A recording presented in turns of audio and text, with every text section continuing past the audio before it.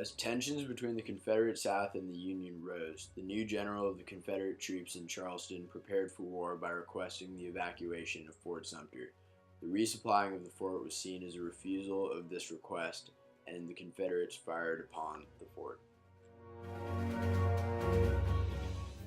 Tensions between the North and the South were rooted in cultural and economic differences the two regions upheld. The North had an economy that industrialized very quickly, saw no need for slaves. However, the South felt that their way was being threatened. The South's reasons for secession were justifiable economically, however, morally they were in the wrong for defending slavery. The economy of the South was completely driven by agriculture. The use of slave labor had helped the region increase productivity and had become a critical part of the South's way of life. This reliance on the Union's attempt to abolish slavery justified Southern secession from an economic standpoint. The election of Abraham Lincoln as President of the United States clearly showed a Northern desire to abolish slavery due to Lincoln's liberal policies and open denouncement of forced labor.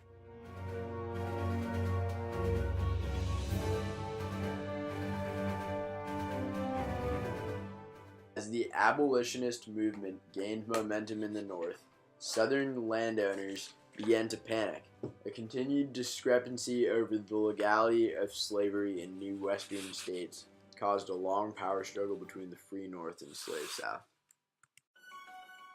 The Kansas-Nebraska Act, which allowed for a policy of popular sovereignty in two newly established states, created violence within these states between abolitionists and pro-slavery militants.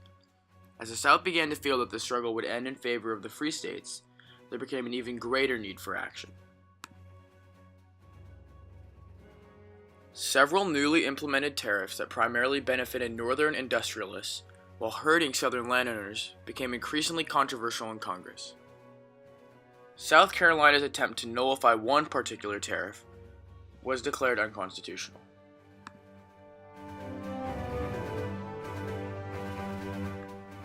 The use of forced labor in Southern states was often justified using documentation of slavery in past civilizations such as Greece, Rome, and Egypt in this case.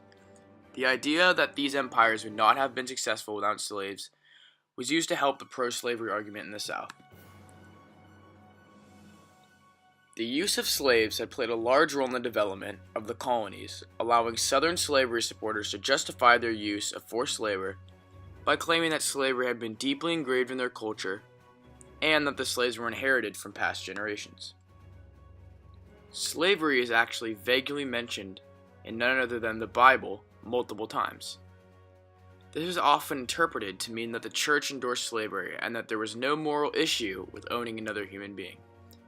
However, the Bible does not specifically endorse the practice and does not reference the enslavement of individuals based on race. A large portion of Africans shipped to the Americas were already enslaved in their homeland. African traders and warlords would capture Africans and sell them to European and American merchants. This was used by the South to justify its use of slaves, claiming that they would be enslaved regardless of American participation. White citizens in both northern and southern states still believed that they were superior to African Americans simply because of the color of their skin. This often impaired the white citizens' ability to see the moral issue with enslaving Africans and see them as equals. The practice of slavery had been used in the South since the establishment of the original colonies. This use had been deeply ingrained, slave labor, into the Southern way of life, making it very difficult for Southerners to imagine life without free laborers. Therefore, we believe that the massive reliance of the South on slave labor and the clear goal of the Union to emancipate slavery justifies the secession of the Southern states economically. However, we feel that one human being owning another, based solely on the pigment of one's skin, is morally wrong, and the South were not justified in maintaining this practice.